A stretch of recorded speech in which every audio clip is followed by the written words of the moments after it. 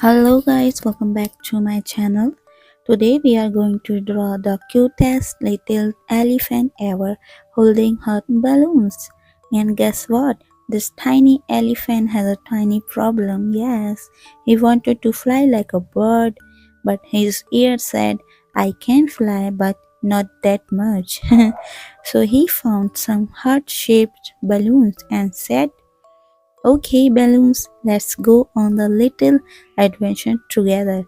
Today we are going to draw this adorable, brave, balloon flying elephant step by step and super easy. So grab your pencil, get comfy, and let's start drawing together.